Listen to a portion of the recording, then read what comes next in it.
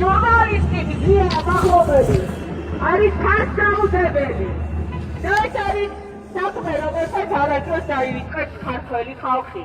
და აუცილებლად გამოჩნდება ის სიმართლე, რაც რეალურად არსებობს. აუცილებლად გამოჩნდება ის სიმღერა, რასაც ივანიშვილის რეჟიმის ჩადის ჩვენი ქვეყნის წინაშე.